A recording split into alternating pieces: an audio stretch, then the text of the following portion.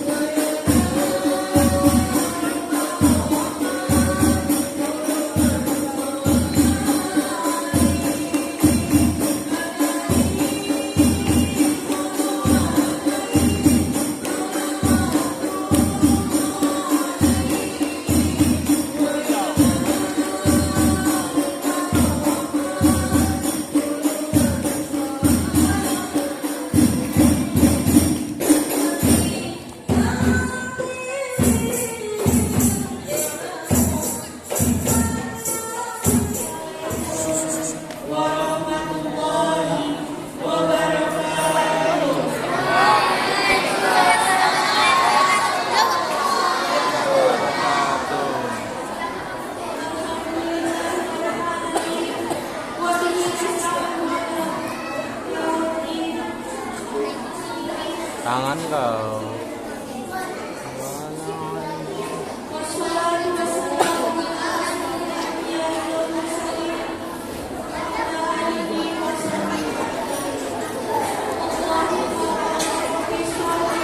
Aja kan?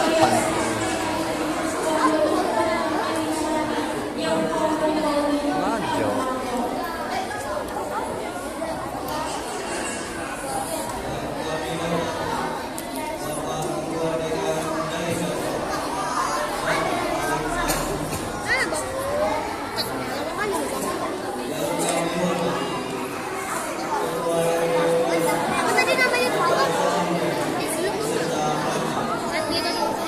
Ya aku cari aja nih.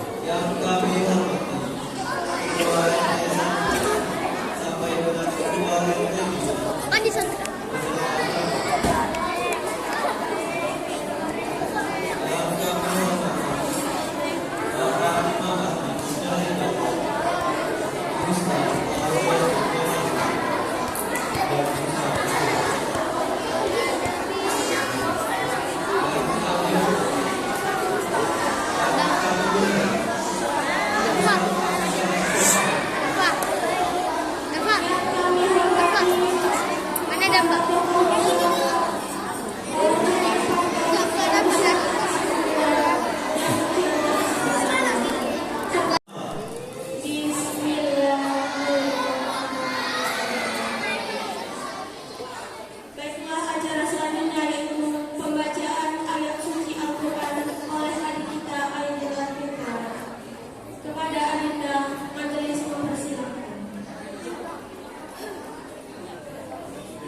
Fitra. Assalamualaikum warahmatullahi wabarakatuh. Waalaikumsalam.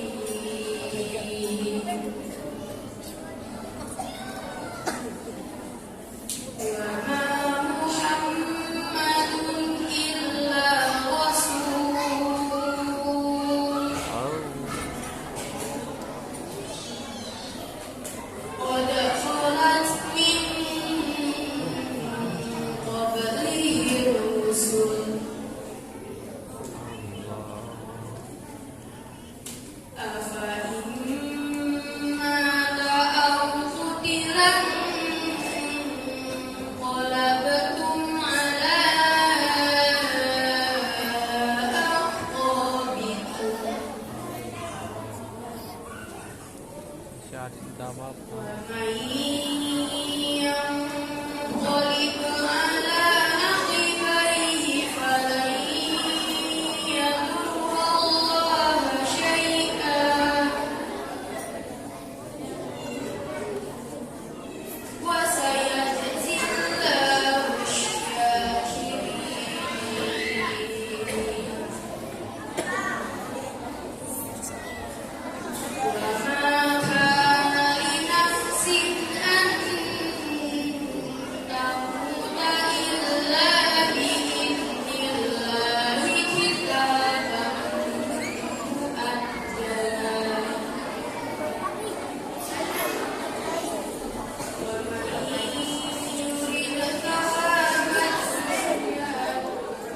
Ya Allah. Bingung kucingnya. Papa kucing kok pasal ya kucing masuk ke kucing.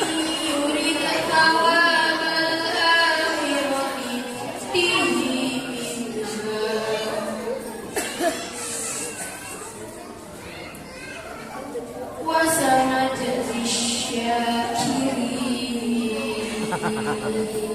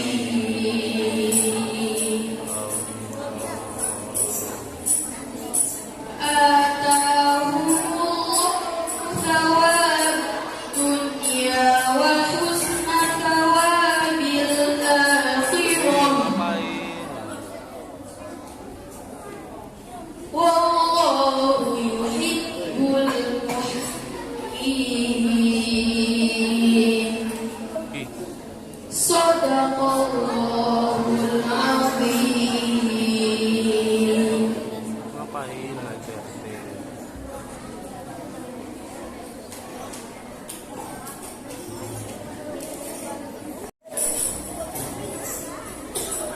Baiklah, marilah kita buka acara peringatan Maulid ini dengan mengucap basmalah.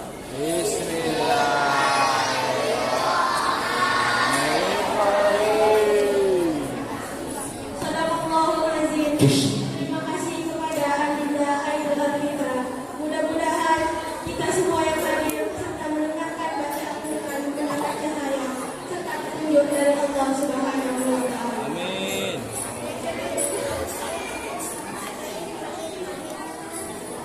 Selanjutnya, kata sambutan dari Ketua DKI yang akan disampaikan oleh Bapak Alek Maputra kepada Bapak kami persilakan.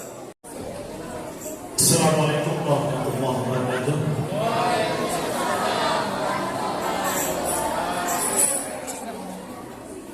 Alhamdulillah, alhamdulillahilladzi arsala rasulahu bil huda wa dinil haqq liyudhhirahu 'ala ad-dini kullihi wa kafa billahi shahida.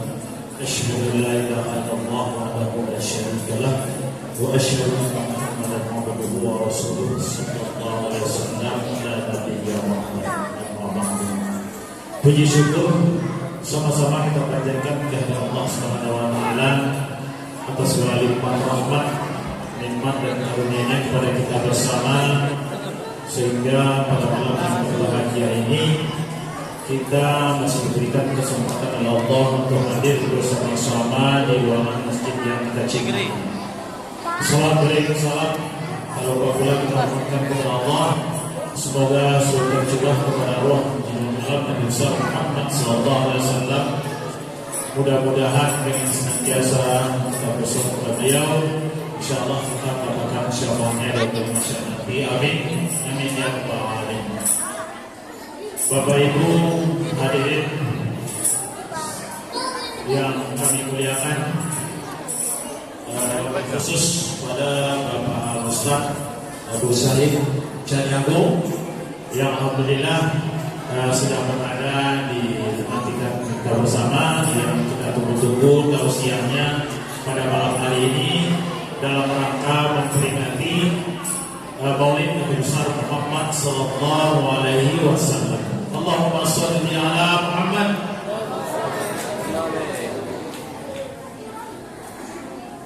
Baiklah Bapak Ibu semuanya,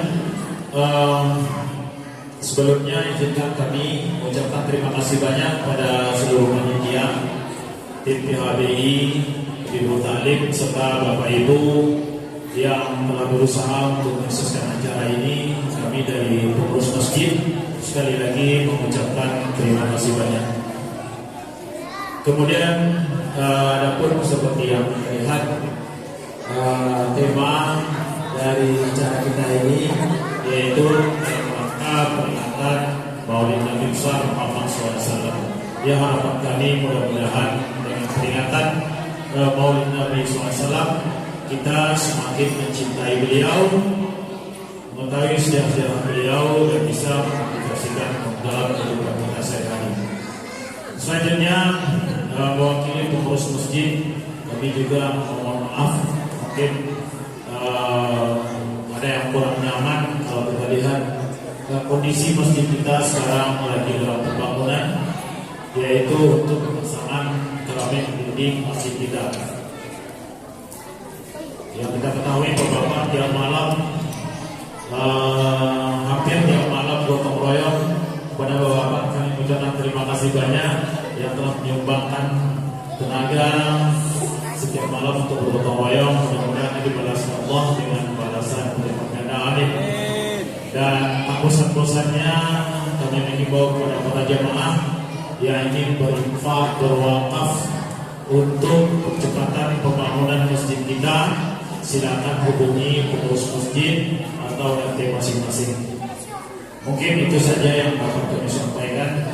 Salah dan jawabannya mohon maaf. Wabillahi taufiq wal hidayah. Assalamualaikum warahmatullahi wabarakatuh.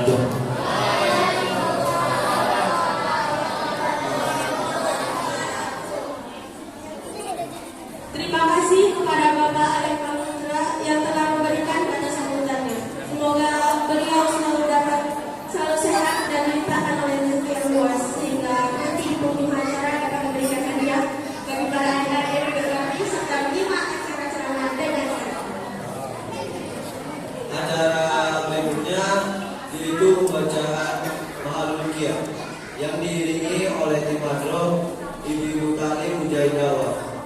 Kepada tim hadroh dipersilakan.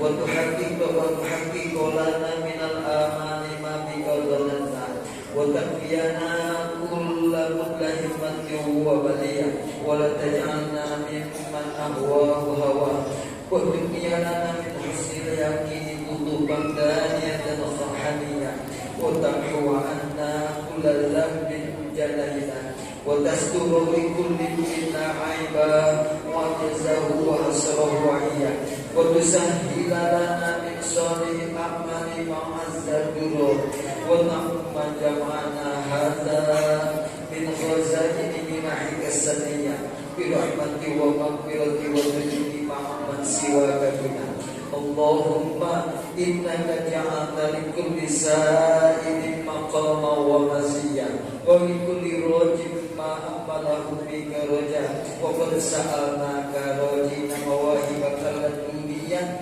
فحقق لنا ما منك رجونا اللهم آمن الرحمة وأصلح الرحمة والرعية وأنزل الأجر لمن جعل هذا الخير في هذا اليوم في هذه الليلة وجره اللهم اجعل هذه البلدة وسائر بلاد الإسلام آمنة رخية واسقنا غيثا يوم سياب سيده سبابا ورفا واغفر لنا سيئات البذور المحببة المولدية سيدنا جعفر من إلى بلدته نسبة ومنتمى وحقق له الفوز بكلك ورجاء والأمنية واجعل مع المقربين ما قيل هو سنة واستر له عيبه وعجزه وحسره وعيه وكاتبها وقارئها ومن أضاف إليها سمعه وأصغاه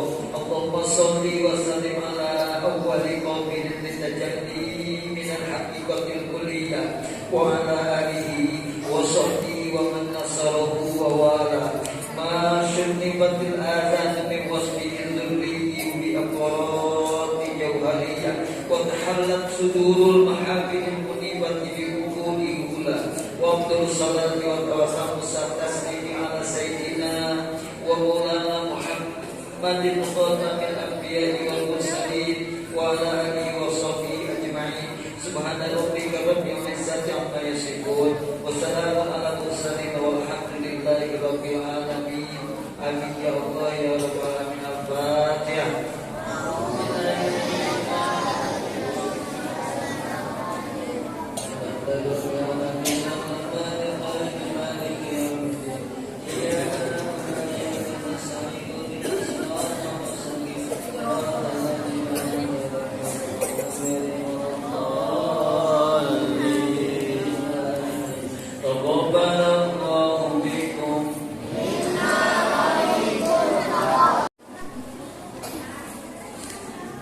Allahumma sholli ala sayyidina Muhammad. Dengan membaca doa yang tadi semoga kita termasuk dalam umat yang mencintai Nabi Muhammad dan bergembira dengan kelahiran beliau. Amin amin amin.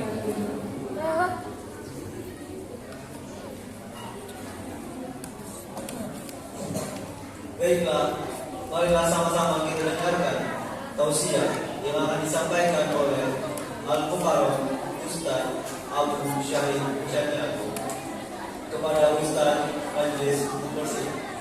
Kita ingat-ingat kembali kapan Nabi Muhammad dilahirkan. Nabi tidak dilahirkan di bulan Sya'ban, Nabi tidak dilahirkan di bulan Ramadan, Nabi tidak dilahirkan di bulan Zulhijjah. Nabi Muhammad dilahirkan dalam bulan Rabiul. Dulu bulan Rabiul Awal ini enggak ada istimewa-istimewanya. Beda dengan bulan yang lain. Zulhijjah sudah lama bulan itu diagungkan orang. Kenapa? Karena dalam bulan itu ada sejarah haji, dalam bulan itu ada sejarah kurban. Ada bulan namanya Muharram, sudah lama diagungkan oleh orang. Kenapa? Karena ada juga sejarah yang luar biasa di dalamnya. Apa itu?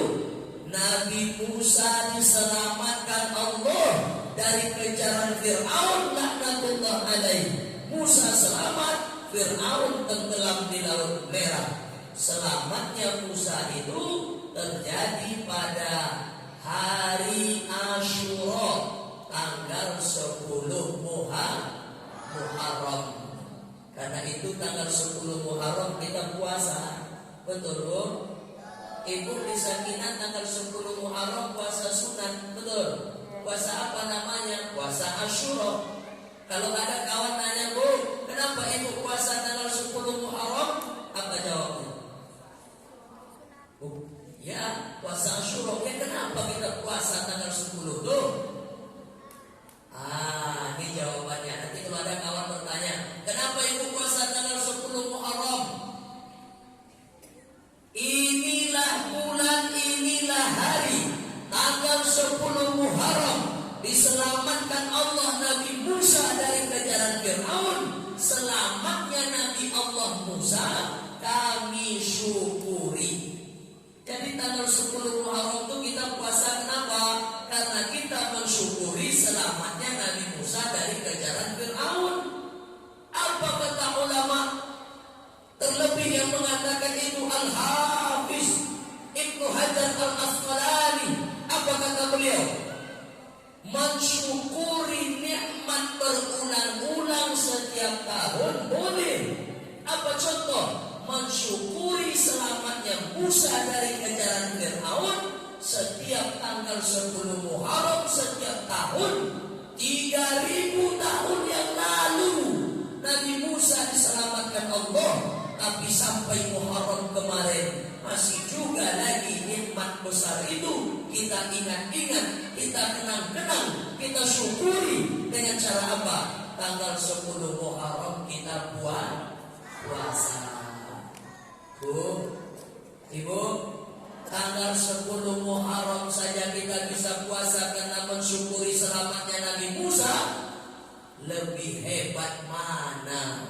Selamatnya Nabi Musa dari kejaran Fir'aun atau selamatnya kelahiran Nabi Muhammad sallallahu alaihi. Banyak orang yang marah, banyak orang yang tidak suka ketika ada orang membuat acara maulid tapi tanggal 10 Muharram dia puasa. Maka besok kalau ada orang macam ini, ibu tanya, kamu kenapa puasa tanggal 10 Muharram? Aku mensyukuri selamatnya Musa dari kejaran Fir'aun. Padahal kita ini bukan umat Nabi Musa. Kita yang bukan umat Nabi Musa saja, kita mensyukuri selamatnya Musa itu. Karena Musa Nabi Allah. Kita bukan umat Nabi Musa. Asbab apa? Karena Musa Rasul Allah. Itu saja.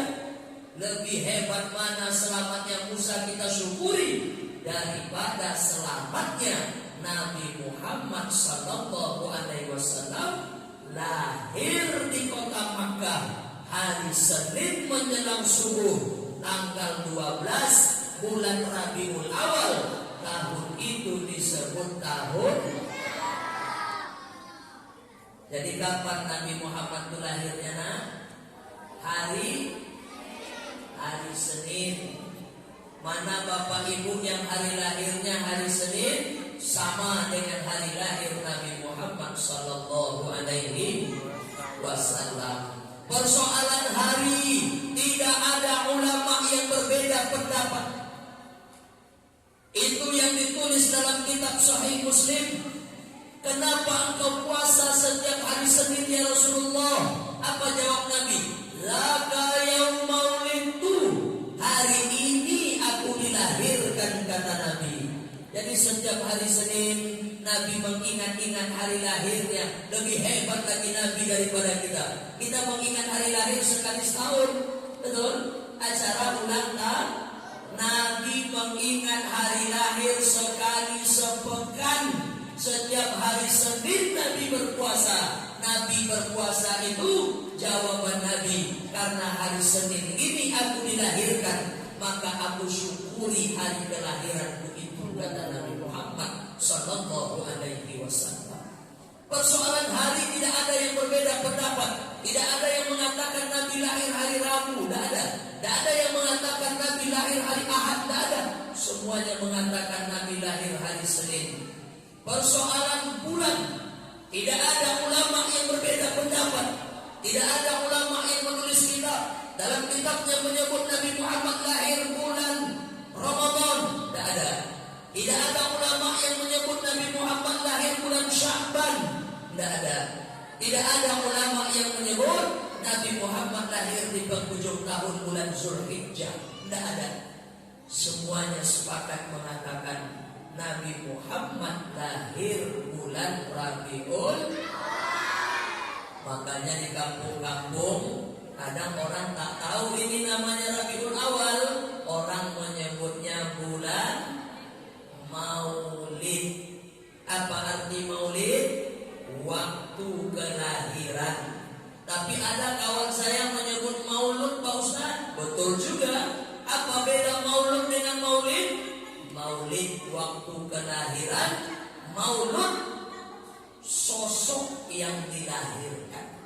Jadi kalau disebut Maulid Nabi Muhammad SAW, maka yang dimaksud adalah waktu kelahiran Nabi Muhammad.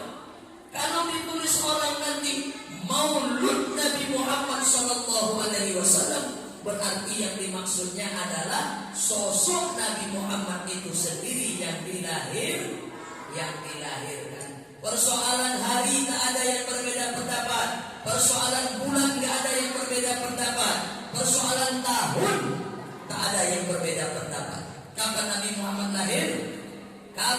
Tahun berapa Nabi lahir? 1 tahun setelah tentara bergajah Abrahah namanya, seorang gubernur zalim dari Yaman. Ini adik-adik simak ya isinya ceramah ini. Nanti di akhir tausiah Ustaz tanya apa yang disampaikan. Ada seorang gubernur zalim dari Yaman namanya Abrahah. Dia ingin menghancurkan Ka'bah. Masuk dia ke Makkah. 1 tahun setelah peristiwa Abrahah masuk ke Makkah itu dengan kendaraannya gajah, maka tahun itu disebut tahun. Kita ulang pelan-pelan Bapak Ibu. Harinya hari Senin menjelang subuh, tidak ada yang berbeda pendapat. Bulannya Rabiul Awal, tidak ada yang berbeda pendapat. Tahunnya tahun gajah, tidak ada yang berbeda pendapat. Lalu yang berbeda pendapat di kalangan ulama yang mana? Tanggal. Tanggal ada yang berbeda. Nanti mana tahu ada ustaz lain yang diundang ke Mujahid Dakwah. Apa kata guru kita? Apa kata ustaz kita itu? Nabi Muhammad lahir tanggal 9 Rabiul Awal. Berarti yang dibacanya kitab Ar-Rahim Al-Maktum. Dalam kitab Ar-Rahim Al-Maktum, Nabi Muhammad lahir tanggal 9. Ada yang berpendapat Nabi Muhammad lahir tanggal 10. Ada yang mengatakan Nabi Muhammad lahir tanggal 10. Maju. Masuk semuanya anak kita. Maju kali, maju. Maju bang. Rapatkan aja. Yang anak-anak perempuan Ustaz mau duduknya di samping tim Adroh aja. Saya di samping tim Adroh. Bisa berpuasa setiap tahun karena mensyukuri selamatnya Nabi Musa. Maka mengapa kita tidak bisa mensyukuri selamatnya kelahiran Nabi Muhammad di kota Makkah hari Senin menjelang subuh tanggal 12 Rabiul Awal. Tahun itu disebut tahun selesai 1 poin. Kita malam ini cerita 3 poin saja. 1 poin sudah selesai. Sudah dapat ditangkap Ibu? Sudah? Biasanya kalau nggak ada kue kotak di depan susah nangkap. Sudah bisa ditangkap ya. Kita ulang sekali lagi. Biar nanti melekat di tangkai jantung, tersimpan di dalam kolbu, bisa dibawa pulang malam hari ini isi ceramah. 10 Muharram kita puasa. Untuk apa? Mensyukuri selamatnya Nabi Musa dari kejaran Fir'aun. Maka di bulan Rabiul Awal kita pun seperti malam ini tumpah ruah kita hadir acara maulid. Kalau selamat Musa bisa kita syukuri, maka lahirnya Nabi Muhammad lebih-lebih lagi kita syukuri. Jadi itu jawabannya bagi orang-orang yang masih tak mau ikut acara maulid. Nah, Bapak Ibu yang dimuliakan Allah Subhanahu wa Ta'ala, maka malam hari ini dengan momen maulid Nabi Muhammad sallallahu alaihi wasallam, kita tanya dulu anak-anak kita. Nah, ada maulid, ada maulud, apa tadi bedanya? Maulid waktu kelahiran, maulud sosok yang dilahirkan itu. Jadi kalau disebut maulud Nabi Muhammad, berarti yang dimaksud Nabi Muhammad itu sendiri yang diceritakan, yang dimaksud. Paham ya? Bapak Ibu yang dimuliakan Allah Subhanahu wa Ta'ala, sebelum kita lanjut cerita, maka yang kita hormati dan muliakan orang-orang tua kita. Mohon maaf sekali lagi guru-guru, ketua masjid, saya ceramah ini tergantung keadaan. Kalau keadaannya sama, kahataini fil jannah. Waktu ngomong kahataini fil jannah, diangkat oleh Nabi jarinya macam ini. Jari tengah, jari telunjuk. Tidak ada jari yang membatas di antara keduanya. Saking dekatnya bertetangga dengan Rasulullah di surga.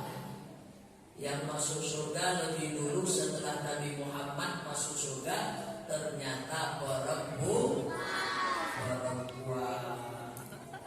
Begitu cara menyenangkan hati ibu-ibu malam Jumat. Ya, tak bisa disebut satu-satu karena waktu kita pendek. Kita fokus kembali lanjutkan cerita yang tadi. Intinya adalah seluruh jamaah yang hadir malam hari ini tumpah ruah di Mujahid Dakwah. Kalau datang kita ke masjid ini, apa yang kita dapat? Kata Nabi, wa kathratul khutab ilal masajid. Orang yang banyak melangkahkan kaki ke masjid, kaki pertama melangkah gugur dosanya. Kaki kedua melangkah, diangkat oleh Allah derajat kemuliaan hidupnya. Jadi yang datang malam hari ini ke Mujahid Dakwah dapat dua. Yang pertama, dosa digugurkan. Yang kedua, derajat kemuliaan hidup diangkat. Setiap langkah kakinya itu dihitung. Kita ulang, kaki pertama melangkah gugur dosa. Kaki kedua melangkah naik derajat kemuliaan. Pertanyaannya, siapa ibu-ibu yang sempat menghitung langkah kaki tadi dari rumah? Ada? Tidak ada? Yang berjalan kaki, tolong nanti keluar pagar waktu mau balik, mulai ibu hitung 1, 2, 3, hitung sampai rumah. Berapa langkah? 200 langkah Pak Ustaz. Alhamdulillah, berarti 200 langkah gugur dosa. 200 langkah diangkat derajat kemuliaan. Kalau kami yang datang pakai motor, gimana cara hitungnya Pak Ustaz? Hitunglah putaran rodanya. Putaran roda depan, nah itu ke langkah 1. Putaran roda belakang langkah 2. Kalau yang pakai mobil datang gimana? Berapa kali setir belok ke kanan, berapa kali setir belok ke kiri, atau bisa juga berapa kali tetesan bensinnya, pertaletnya, pertamaxnya. Maka itulah yang dihitung oleh Allah Subhanahu wa Ta'ala. Intinya adalah orang yang masuk dalam masjid. Pak Ustaz, ibu kami yang duduk di luar masjid nih. Bapak ibu yang duduk di luar masjid itu bukan karena tak mau masuk. Bapak-bapak karena memang di dalam ini sudah full. Ibu-ibu kenapa tak masuk? Ada dua kemungkinan. Pertama, karena memang ruangan sudah full. Yang kedua, karena mereka haid dan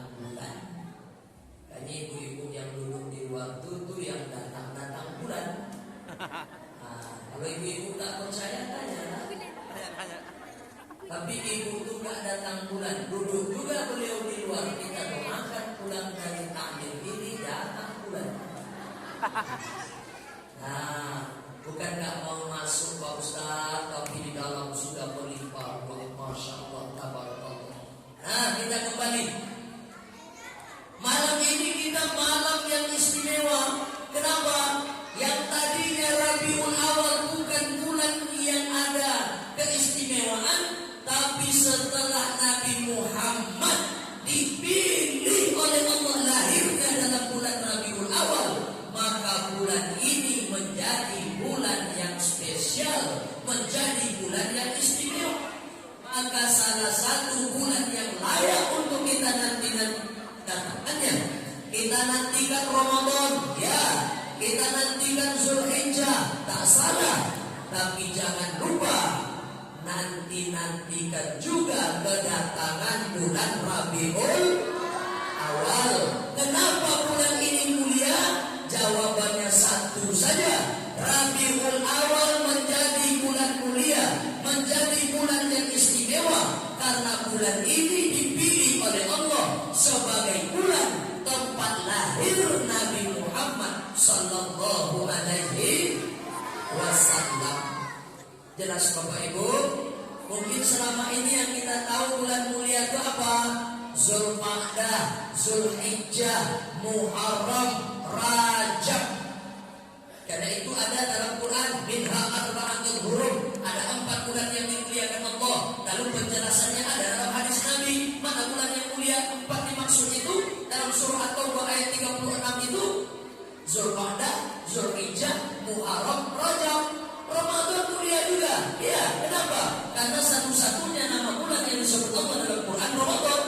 Tapi jangan lupa ada bulan yang juga tidak kalah istimewanya. Apa itu?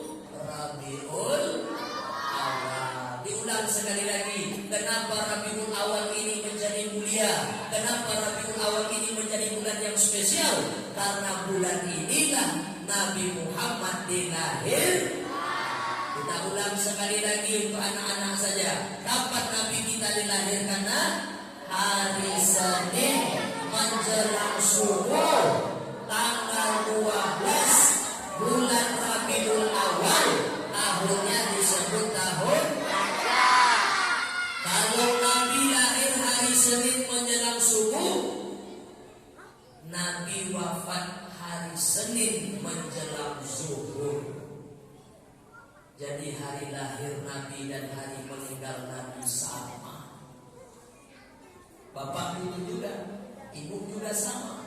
Nah, ingat-ingatlah kapan hari lahirnya. Kapan? Siapa yang lahirnya hari Senin macam Nabi Muhammad SAW? Ada? Ada? Nah, yang lahir hari Senin siap-siap. Karena ini hari Ahad, berarti esok. Tapi kita tak tahu tak esok memang esok hari atau esok hari Senin 10 tahun lagi. Kita doakan kepada Allah, mudah-mudahan yang hadir ini semua panjang umur di atas ketaatan. Amin ya rabbal. Bapak Ibu jamaah yang dimuliakan Allah Subhanahu wa taala. Kita lanjut ya. Bisa lanjut? Bisa lanjut? Nabi Muhammad SAW sudah jadi anak yatim sejak 2 bulan dalam kandung. Karena itu Bapak Ibu, Nabi sayang betul sama anak yatim. Tidak hanya pada anak yatim, orang yang mengurusi anak yatim itu pun disayangi oleh Nabi. Itu hadisnya yang kita baca tadi. Awakafilul yatim, aku nama mengurusi anak yatim yang berkasih sayang dengan anak yatim. Kahataini fil jannah, bertetangga denganku di surga. Bapak Ibu yang dimuliakan Allah, umur Nabi 2 bulan dalam kandungan sudah jadi yatim. Kemudian diasuhlah Nabi pertama kali oleh ibu susu yang pertama namanya Suwaibah. Lepas dari Suwaibah diasuh Nabi oleh ibu susu yang kedua namanya Halimah. Sampai umur Nabi 4 tahun. Setelah Nabi berumur 4 tahun, Nabi dikembalikan ke usia Nabi 6 tahun bersama ibu kandung Aminah, dibawalah Nabi Muhammad pergi menengok kubur ayah. Karena ayah Nabi sudah meninggal sejak beliau 2 bulan dalam kandungan. Maka apa kata Aminah? Nah, nampaknya tungkaimu sudah kuat, kakimu sudah tegap nak. Kalau umur 6 tahun anak kita sekarang sudah TK, betul? Bahkan di sebagian tempat sudah boleh masuk SD. Sudah kencang dia berlari, sudah kuat kakinya. Maka diajaklah Rasulullah umur 6 tahun oleh ibunya Aminah pergi ziarah ke kubur ayah. Berjalan jauh, jalan kaki sampai di kubur ayah di Madinah. Nabi membersihkan kubur ayah, mendoakannya. Datang masanya waktu balik pulang ke Makkah. Balik pulang ke Makkah, belum lagi sampai di Makkah, belum lagi sampai di rumah. Baru sampai di satu kampung yang bernama Abwa. Letaknya di mana? Antara Makkah dengan Madinah. Meninggallah Aminah. Coba bayangkan Bu, coba bayangkan Pak. Pergi dalam keadaan yatim. Baru saja bertemu kubur ayah, baru saja menengok kubur ayah, emak sudah hilang pulang. Pergi dalam keadaan yatim, pulang yatim. Itulah nasib Nabi Muhammad waktu kecil itu. Umur berapa tuh Pak Ustaz? 6 tahun. Nabi sudah jadi yatim piatu, sudah tak ada ayah, sudah tak ada ibu. Kemudian diasuh Nabi oleh kakek. Tentu kakek lagi yang ngasuh. Siapa lagi? Kita pun macam itu. Kalau mak meninggal, ayah sudah mati pula, nenek, kakek biasa yang membesarkan cucunya itu. Betul? Diasuh oleh kakek bernama Abdul Muttalib. Abdul Muttalib bangsawan Makkah, orang terpandang yang memegang kunci Ka'bah itu namanya Abdul Muttalib. Orang yang paling disegani. Jadi Nabi Muhammad itu bukan keturunan kaleng-kaleng, bukan keturunan ecek-ecek, keturunan Bani Hashim yang terpandang. Nabi Muhammad punya ayah namanya Abdullah.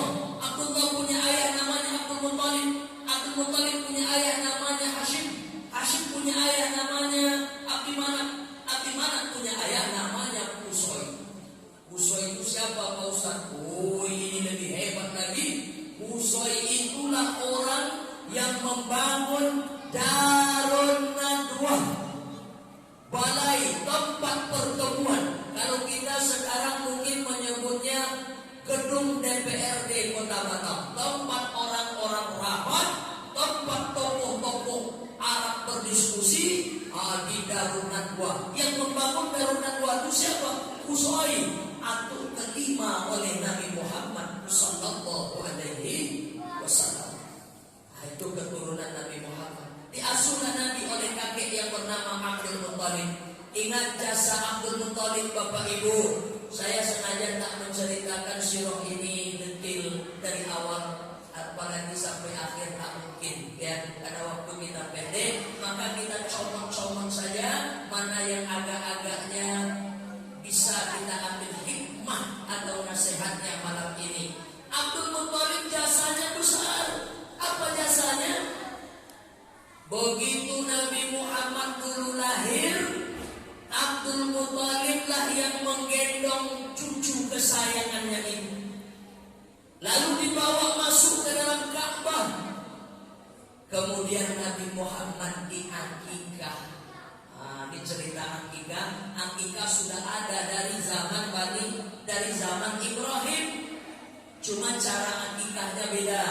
Dulu orang akikah, darah kambing itu ditampung, kemudian dilumatkan ke kepala anak sebelum Islam datang. Setelah Islam datang, akikah disempurnakan. Bagaimana cara akikah hari ini? Kullu mauludin rahilatan bi aqiqatihi. Setiap anak yang lahir ke dunia tergadai. Kalau tergadai anak, tebus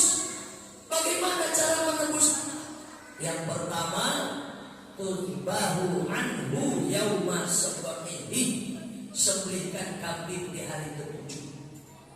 Tidak bisa hari ke-7, 14 hari. Tak bisa hari ke-14, hari ke-21. 3 stasiun afdol paling utama mengakikahkan anak. Kalau tak bisa juga hari ke-21 hari gimana Pak Ustaz? Tak usah tengok-tengok kalender lagi. Kapan pun boleh. Ya, bahkan ibu-ibu, bapak-bapak yang belum akikah ini, apa kata Imam Nawawi? Nabi Muhammad mengakikahkan diri beliau sendiri setelah menjadi Rasul. Jadi ibu bapak yang belum akikah, tanya mak kita, tanya ayah kita, karena akikah kita tanggung jawab mak dan ayah kita. Tanggung jawab bukan kewajiban. Tanggung jawab kita mengakikahkan anak-anak kita. Tanggung jawab bukan kewajiban. Kenapa? Karena akikah itu tidak wajib. Jelas Bu? Pak Ustaz, boleh tak kami berhutang 4 juta beli kambing untuk akikah Pak Ustaz? Berarti ibu belum sanggup, tak usah. Tunggu sampai ibu sanggup. Ya. Pak Ustaz, kalau ada orang memang tidak mampu, memang tidak sanggup, sampai mati tak dibuat akikah anak, berdosakah dia Pak Ustaz? Tidak. Yang berdosa itu siapa? Tidak dibuat akikah anak, padahal cincinnya 4 di jari. Tidak dibuat akikah anak, gelang emasnya 1/2 kilo. Itu baru dosa. Itu baru orang boleh pikir ke depan. Nah, Bapak Ibu yang dimuliakan Allah Subhanahu wa Ta'ala, kemudian bagaimana lagi cara menebus anak? Dalam acara akikah yang kedua, yuhlaku, cukur rambut anak itu sampai botak. Kalau ada di 3 stasiun tadi Bapak Ibu, 7 hari, 14 hari, 21 hari umur anak, cukur rambutnya sampai botak. Terus rambut itu dikumpulkan sebagaimana Nabi menyuruh Fatimah mengumpulkan rambut Hasan Husain, kemudian rambutnya ditimbang, sedekah senilai perak. Itu caranya. Berapa perak 1 gram? 100.000. Kalau 2 gram rambut anak beratnya sedekah 200.000. Kemudian yang ketiga cara menebus anak yang tergadai, wayusama, kasih nama dan elok-elok, kasih nama yang bagus-bagus. Ini anak-anak kita ini, insya Allah mudah-mudahan namanya bagus-bagus semuanya. Amin ya Rabbal. Pak Ustaz, kalau terlanjur kami memberi nama anak kami Pak Ustaz, ternyata nama itu tidak bagus, gimana caranya Pak Ustaz? Ganti namanya. Ada dalilnya Pak Ustaz? Ada. Nabi bersua dengan seorang laki-laki. Siapa namanya? Abdul Ka'bah. Abdul hamba Ka'bah, hamba Ka'bah. Baguslah nama itu? Tidak. Diganti namanya oleh Nabi menjadi Abdullah, hamba Allah. Nabi bertemu lagi dengan seorang laki-laki namanya Abdul Syam. Terdengarnya elok ya, tapi maknanya apa? Hamba matahari. Syam itu matahari. Maka diganti namanya oleh Nabi menjadi Abdul Rahman. Jelas Bu? Kalau ibu punya anak namanya tidak bagus, ganti namanya. Kalau ibu punya suami, nama suami itu gak bagus, kan? Ganti namanya, bukan ganti suami ibu. Ganti namanya. Ada suami namanya Husni. Ada apa? Di mana? Daerah Bengkong sana. Nama bapak tuh Husni dengan Zai. Husni. Apa arti Husni? Buka cita. Bapakku menangis saja kerjaannya Husni. Kenapa? Namanya buka cita. Makanya Nabi punya istri meninggal, punya paman meninggal di tahun yang sama. Tahun itu dinamakan orang Amul Husni, tahun buka cita. Maka digantilah nama bapak itu, Zainnya diganti jadi Sin, menjadi Husni. Apa arti Husni? Baik. Nah, Sedikit-sedikit aja bahasa Arab hati-hati. Contoh, ibu kalau salah-salah sebut fatal maknanya. Kolbun, jantung, hati. Kalbun, wow, anjing. Coba, beda kop dengan kaf. Kolbun, jantung, hati. Kalbun, anjing. Hati-hati ya. Apalagi contohnya? Jamal. Ada Pak Jamal? Ada. Mana? Ada. Ada Jamal tidak namanya Pak Jamal? Berulang. Balik. Jamal artinya indah. Ya, indah. Kalau Jamal onta. Tengok bedanya. Makanya kalau ibu punya suami terlanjur nama suami itu Pak Jamal, Jamal, Jamal kan begitu cara menyebutnya. Ibu jangan menyebut